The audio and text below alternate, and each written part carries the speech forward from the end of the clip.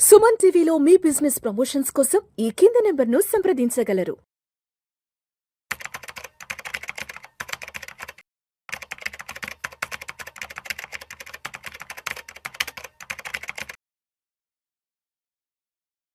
Suman TV ప్రేక్షకులకు స్వాగతం. నేను doctor Anil Kumar Bachu, certified financial ప్లానర్ని, ఆంఫీ రిజిస్టర్డ్ మ్యూచువల్ ఫండ్ డిస్ట్రిబ్యూటర్ని కూడా.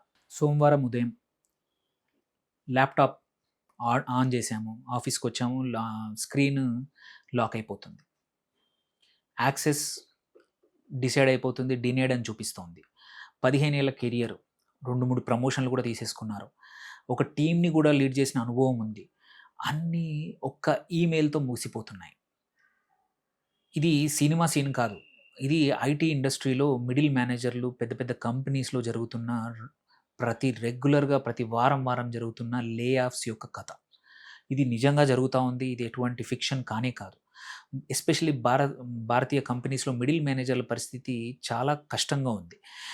ఇది జీవిత అనుభవం, ఇది జరుగుతూ ఉంది, చాలామందికి చూసాను, నాకు తెలిసిన క్లయింట్స్కి కానీ వ్యక్తులకు కూడా జరుగుతున్న లే ఆఫ్స్ యొక్క ఫలితం ఇది.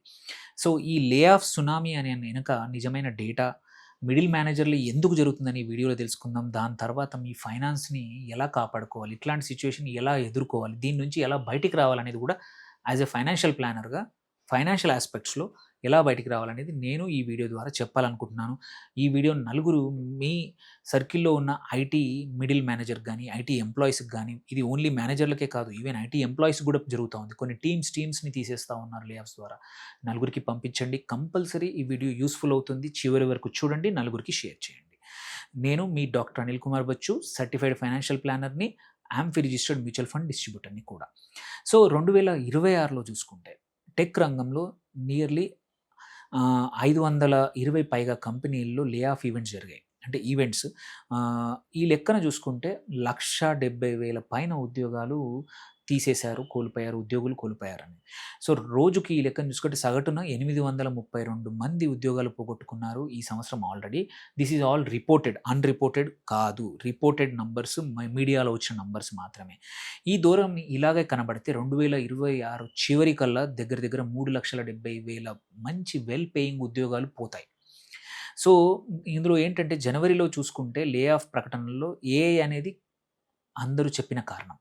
దగ్గర 7% ఉద్యోగాల తీసేయడంలో ఏఐ అనే కారణం చూపించారు. అది మే చివరి నాటికి 40% అయింది. అంటే ఏఐని బూచిగా చూపించడం అనేది ఎక్కువగా జరుగుతూ ఉంది. ఇప్పుడు ఏఐ ఒక టెక్నాలజీయే కాదు, ఇది కంపెనీలకు కాస్ట్ కటింగ్ చేయడానికి ఒక మార్గంలాగా కనబడతా ఉంది. అంటే అదొక సాకుగా చూపిస్తూ ఉన్నారు. ఎంతవరకు నిజం అనేది పోను అందరికీ తెలుస్తుంది. బట్ ఏఐని సాకుగా చూపించి చాలామంది ఉద్యోగులను తీసేసి లే ఆఫ్ చేసేస్తూ ఉన్నారు. సో ఒరాకిల్ డేటా రీసెంట్గా వచ్చిన చూస్తే మాత్రం కొంచెం గుండె బరువెక్కుతుంది, పక్క కొంచెం ఇబ్బందికరమైన విషయమే. కంపెనీ వర్క్ ఫోర్స్ 162,000 మంది ఉంటే మే 31, 2024 వరకు ఆల్రెడీ 141,000 మంది అయిపోయారు. అంటే 20,000 పైన ఉద్యోగాల్ని తీసేశారు. అంటే 13% వర్క్ ఫోర్స్ని తగ్గించారు. కంపెనీ సెవరెన్స్, ఎగ్జిట్ ఖర్చులు మాత్రమే గత ఆర్థిక సంవత్సరంలో $1.84 బిలియన్ వచ్చాయి. ఓన్లీ ఏంటి ఎగ్జిట్ ఖర్చులు, సెవరెన్స్ ప్యాకేజెస్. సో అంతకుముందు ఇది ఓన్లీ $374 మిలియన్ ఉండింది. దాన్ని అంటే నియర్లీ 6 టైమ్స్ పెరిగింది ఈ 2 ఎక్స్పెన్సెస్. ఇది ఇంకా ఆగలేదు. సెప్టెంబర్ 1కి ముందు మరో రౌండ్ కూడా లే ఆఫ్స్ చేయబోతున్నారని ఒరాకిల్ ప్రకటన సిద్ధం చేసింది. చెబుతూ ఉన్నాయి. ఎందుకు ఇంత దూకుడుగా వెళ్తున్నారు? ఒకటి మాత్రం పక్క ఇన్ఫ్రాస్ట్రక్చర్పై ఒరాకిల్ ఖర్చు ఈ ఏడాది $55.7 బిలియన్ చేరింది. అంటే ఏం చేస్తుందో దాని నుంచి వచ్చే ఫలితం ఏందో తెలియదు కానీ బట్ ఇన్ఫ్రాస్ట్రక్చర్ మాత్రం ఏఐ కంపెనీలు అడ్డగోలుగా ఖర్చు పెడతా ఉన్నాయి. ఆల్రెడీ ఇన్వెస్టర్స్ కూడా క్వశ్చన్ చేస్తూ ఉన్నారు, ఇంత అడ్డగోలు ఖర్చు అన్ని కంపెనీ ఒక ఒరాకిలే కాదు ఏఐకి ఇంత పెడుతున్నారు, దాని నుంచి వచ్చే రిటర్న్స్ ఏంటి, ప్రతి నెల దాన్ని మెయింటైన్ చేయడానికి ఖర్చు ఏంటి, ఇదన్నీ కూడా క్వశ్చన్ చేస్తూ ఉన్నాయి. సో ప్రాబబ్లీ గోయింగ్ ఫార్వర్డ్ ఇది ఇలాగే ఉండకపోవచ్చు. హోప్ఫుల్లీ ఈ క్వశ్చనింగ్ గట్టిగా అయితే మాత్రం మళ్ళీ ఉద్యోగాలు క్రియేట్ చేయాల్సిన పరిస్థితి కంపెనీలకు వస్తుంది పక్క. సో దీనికోసం యాక్చువల్లీ ఏంటంటే ఈ కంపెనీ నియర్లీ ఒరాకిల్ $43 బిలియన్ అప్పు చేసింది, $5 బిలియన్ ఈక్విటీని కూడా సేకరించింది. ఒకవైపు ఏమో ఏఐ కోసం వేల కోట్లు, లక్షల కోట్లు ఖర్చు పెడతా ఉన్నారు. బట్ చిన్న ఎక్స్పెన్స్ ఏదైతే ఉద్యోగుల ఎక్స్పెండిచర్ మాత్రం కట్ చేస్తూ పోతా ఉన్నారు. సో, దీని ప్రభావం భారత్‌లో కూడా చాలా తీవ్రంగా ఉంది. ఎందుకంటే ఒరాకిల్‌కి హైదరాబాద్‌లోనే కాకుండా బెంగుళూరులో, పూణేలో కూడా నియర్లీ 12,000 మంది ఉద్యోగాలకి లాస్ట్ డే ఈమెయిల్స్ వచ్చాయి. అంటే ఇండియాలోనే 12,000 మంది కీ ఎంప్లాయీస్‌కి ఆహ్, ఒరాకిల్‌లో తీసేయాల్సొచ్చింది. సో, ఇది మిడిల్ మేనేజర్‌లను ఎందుకు ఎక్కువ లక్ష్యం చేసుకున్నారు? ఇందులో ఎక్కువగా ఉన్నారనేది మాత్రం కీ డేటా చెప్తా ఉంది. సో, ఇది ఒరాకిల్‌లోనే కాదు పరిశ్రమలో మొత్తం కూడా ఏంటంటే ఒక కేన్ సర్వే ప్రకారం చూసుకుంటే 41% ప్రపంచవ్యాప్తంగా, అమెరికాలో 44% ఉద్యోగులు మిడిల్ మేనేజ్మెంట్ లేయర్‌ని తొలగిస్తుంది. ఏది ఈ రీసెంట్ లే ఆఫ్స్ వల్ల అని తెలుస్తా ఉంది. దీన్నే ఏమంటామంటే ఫ్లాటనింగ్ అంటామనమాట. సో, ఒక స్టేజ్ తర్వాత ఆర్గనైజేషనల్ స్ట్రక్చర్‌ని తక్కువ చేసుకుంటూ మధ్య లేయర్‌లని తీసేస్తా ఉంటారు. ఇది జరుగుతా ఉంది ఇక్కడ. సో, దీనికేంటంటే సగం మిడిల్ మేనేజ్మెంట్ పోస్ట్‌లని తీసేస్తా ఉన్నాయి కంపెనీస్. ఒక్కో మేనేజర్ కింద ఉండే సగటు టీమ్ సైజ్ ఇంతకుముందు 11 నుంచి ఇప్పుడు 12, 13కి పెరిగింది. ఓకే. మేనేజర్‌లను తగ్గించడం వల్ల టీమ్ సైజులు పెరుగుతా ఉన్నాయి. సో, తక్కువ మేనేజర్‌లతోటే కంపెనీ నడిపించే ప్రయత్నాలైతే most of the companies, IT companies చేస్తా ఉన్నాయి. సో, కొన్ని కంపెనీల సీఈఓలు కూడా నిజాయితీగానే చెప్తా ఉన్నారు. సేల్స్ ఫోర్స్ సీఈఓ చూసుకుంటే మార్క్ బెనియాఫ్ అందరికీ తెలుసు. Well known key corporate leader. 4,000 support ఉద్యోగాలు తీసేశారు. అప్పుడు నిర్మొహమాటంగా చెప్పింది ఏంటంటే తను, ఐ నీడ్ లెస్ హెడ్స్ అనే విషయం ఒక క్లియర్, అంటే ఇదొక వైరల్ అయిన కామెంట్ అనమాట. సో, నాకు తక్కువ మంది సిబ్బంది కావాలి.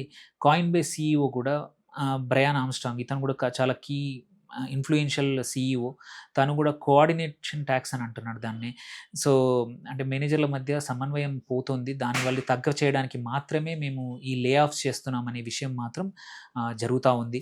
సో, భారత్‌లో ఇది మరీ స్పష్టంగా కనబడుతోంది. టీసీఎస్ కానీ అతిపెద్ద ఐటీ కంపెనీ, వాళ్ళు కూడా ఈ ఆర్థిక సంవత్సరంలో 24,000 మంది ఉద్యోగులను తొలగించారు.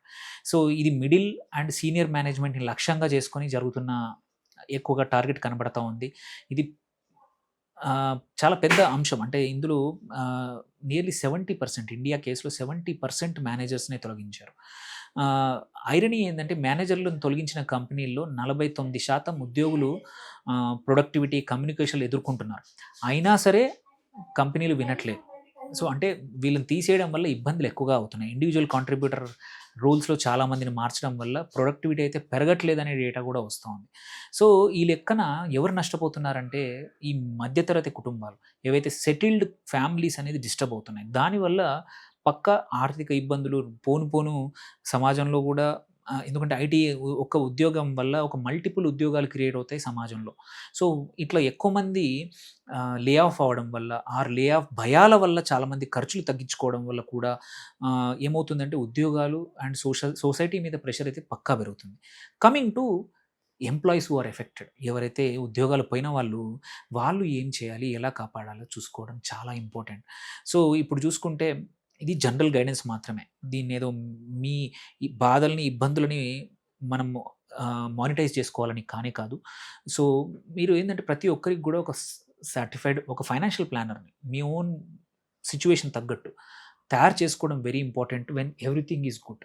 ఏదైనా ఇబ్బందులొచ్చాక కాదు, ఇబ్బందులు రాకముందే చేసుకోవడం ముఖ్యం. ఒక ఎమర్జెన్సీ ఫండ్ ఇంతకుముందు 6 నెలలు అనేవాళ్ళం కాదు. ఇప్పుడు ఐటీ ఎంప్లాయీస్ ఐ సజెస్ట్ 12-18 మంత్స్‌కి సరిపడా ఎమర్జెన్సీ ఫండ్స్ ఇంక్లూడింగ్ మీ ఈఎంఐలు, హెల్త్ ఇన్స్యూరెన్స్‌లు, లైఫ్ ఇన్స్యూరెన్స్‌లు, పిల్లల ఫీజులు అన్నీ కూడా సరిపడా డబ్బుల్ని 12-18 నెలల డబ్బుల్ని ఎప్పుడూ పక్కన ఎమర్జెన్సీ ఫండ్ రూపంలో పెట్టుకోవాల్సిందే. ఇంతకుముందు 6-12 సరిపోయేదాన్ని. ఇది ఆప్షన్ అయితే అసలు కాదు. ఇది కంపల్సరీగా ఉండాల్సిన ఫండ్. దాని తర్వాత రెండోది కొత్త ఈఎంఐలు, పెద్ద పెద్ద ఈఎంఐలు, లైఫ్ స్టైల్‌కి సరిపడా అనవసరంగా పెట్టే ఈఎంఐలు అండ్ సాలరీలో ఎక్కువగా ఈఎంఐలు పెరిగిపోతా ఉంటే మాత్రం కంట్రోల్ చేసుకోవాల్సిన అవసరం ఉంది. మార్కెట్ స్టెబిలైజ్ అయ్యేంత వరకు, ఉద్యోగ భద్రత పెరిగేంత వరకు మాత్రం అనవసరమైన ఖర్చులకు పోకపోవడం ఎప్పుడూ ఉత్తమం. సో, మూడోది మాత్రం హెల్త్ ఇన్స్యూరెన్స్ సొంతంగా తీసుకోవాల్సిన అవసరం చాలా ఉంది. ఉద్యోగం సడన్‌గా పోతే ఆల్రెడీ స్ట్రెస్, ఆల్రెడీ దానివల్ల ఆరోగ్య సమస్యలు కూడా వస్తాయి. ఇలాంటి టైంలో కొత్త పాలిసీ బయట తీసుకుంటే మీకు ఎగ్జిస్టింగ్ డిసీజెస్ కవర్ కావు. అందుకే ఉద్యోగంలో ఉన్నప్పుడు కంపెనీ ఇచ్చిన హెల్త్ ఇన్స్యూరెన్స్‌తో పాటు సొంతంగా ఒకటి ఇప్పుడే తీసుకోండి ఉద్యోగం ఉన్నప్పుడే. దేర్‌బై ఏంటంటే ఉద్యోగం ఏమైనా అయినా కానీ, బాధ్యత లేకపోయినా కానీ మీ హెల్త్ ఇన్స్యూరెన్స్ అనేది కవర్ అవుతుంది. అట్లాగే నాలుగోది ఇంపార్టెంట్ ఏంటంటే సివరెన్స్ ప్యాకేజ్‌ని ఎప్పుడు జాగ్రత్తగా అర్థం చేసుకోవాలి. వాళ్ళు ఏమి ఇస్తున్నారు, ఎంత ఇస్తున్నారు అనేది వెరీ ఇంపార్టెంట్. సో, మీ నోటీస్ పీరియడ్ ఏంటి, చట్టపరమైన మీకు హక్కులు ఏమైనా ఉన్నాయా, అవన్నిటి గురించి కూడా ముందే తెలుసుకుంటే తప్పే లేదు.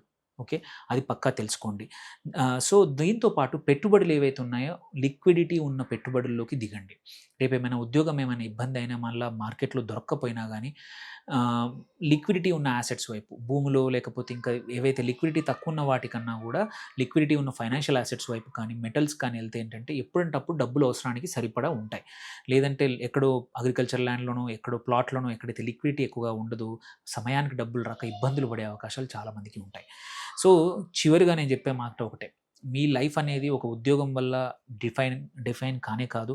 లే ఆఫ్ అనేది మీ వైఫల్యం కాదు, ఆ కంపెనీ మేనేజర్లు వాళ్ళు మేనేజ్ చేయలేక మిమ్మల్ని తీసేయాల్సి వస్తుంది తప్ప మీ వల్ల కాదు. ఇది ఇండస్ట్రీలో జరుగుతున్న మార్పు అంతే తప్ప మీరు చేస్తున్న తప్పు కానే కాదు. చాలామంది తనని తను బ్లేమ్ చేసుకుంటారు. No, you are in wrong place, you are not at wrong అనేది వెరీ ఇంపార్టెంట్. సో ఈ ఏఐ వచ్చిన దానివల్ల దాన్ని విలన్‌గా చూడడం కన్నా, ఆ ఏఐని అడాప్ట్ చేసుకొని మనకిప్పుడు ఉన్నప్పుడే చాలా ఆన్‌లైన్ కోర్సెస్ ఉన్నాయి. టెక్నాలజీని అప్‌గ్రేడ్ చేసుకోండి. మార్కెట్‌లో ఎటువంటి చేంజెస్ ఉన్నాయి, ఉద్యోగాలు కొత్తయి ఎక్కడ క్రియేట్ అవుతున్నాయి, నేను నేర్చుకుంటే నేను అక్కడ రేపేమైనా వస్తే అక్కడ నాకు దొరుకుతుందా అనేది మనది మనం క్వెషన్ చేసుకోవాల్సిన అవసరం ఉంది. సెక్యూర్డ్‌గా ఉన్నామని ఒక ఫాల్స్ సెన్స్ ఆఫ్ సెక్యూరిటీలో కాకుండా మనది మనం అప్‌గ్రేడ్ చేయడం, లైఫ్ లాంగ్ లెర్నింగ్ అనేది పక్కా ఇంపార్టెంట్.